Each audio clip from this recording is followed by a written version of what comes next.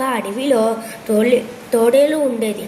అడవిలో ఉన్న జంతువులను చంపి తిని ఆకలి తీర్చుకునేది. ఒకసారి మాత్రం ఎంత వెతికినా దానికి ఆహారం దొరికేది కాదు. అలాంటప్పుడు అది రాత్రిపూట అందరూ నిద్రపోయే సమయంలో ఆ అడవికి దగ్గరలో ఉన్న గ్రామానికి వెళ్ళి మేకల్ని చంపి అడవికి తెచ్చుకొని తింటూ ఉండేది. తోడేలు చేసే పనులను ఆ అడవిలో ఉండే ఒక కోతి కుతూహలంగా గమనించేది. ఆ విషయం తెలుసుకున్న తోడేలు తాను చేస్తున్న పనుల గురించి కోతికి గొప్పలు చెప్తూ ఉండేది. యజమానులకు తెలియకుండా మేకలను ఎలా చంపుతుందో కోతికి వివరించి చెప్పింది. ఆ మాటలు విన్న కోతికి తోడేలు ఊరి వాళ్ళ కళ్ళు కప్పి మేకల్ని ఏ విధంగా పట్టుకుంటుందో చూడాలనిపించింది. ఒకరోజు కోతి, నువ్వు ఆ గ్రామానికి వెళ్ళేటప్పుడు నన్ను కూడా తీసుకెళ్ళవా?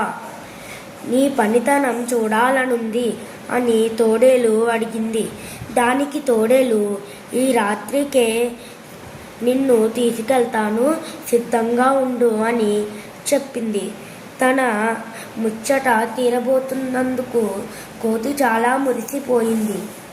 ఈ లోపల తమ మేకలు అప్పుడప్పుడు మాయమవుతున్నాయని ఊరివారు గమనించారు.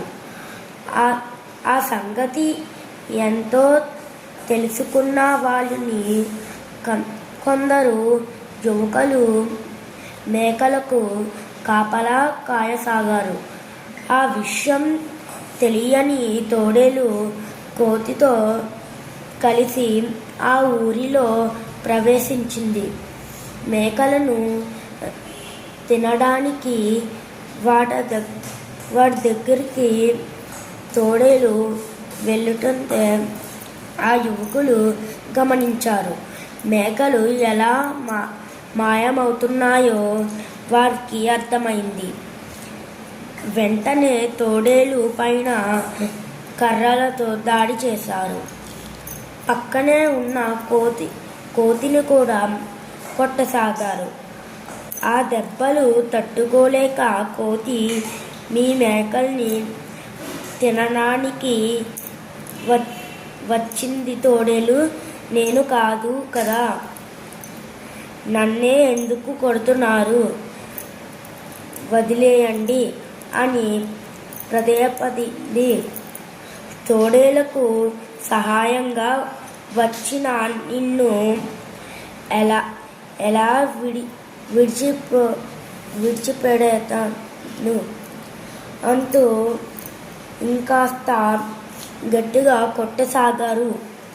ఆ యువకులు తోడేలు వైపు తిరగగానే కోతి నెమ్మదిగా అక్కడి నుంచి తప్పించుకుని బతుకు జీవడా అనుకుంటూ అడవికి చేరుకుంది. దొంగతనం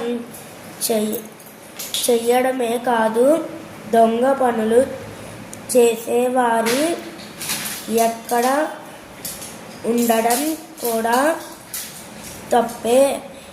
ఇంకెప్పుడు ఇలాంటి బుద్ధి తక్కువ పనులు చెయ్యకూడదనుకుంటూ లేపసాగింది. ధన్యవాదాలు.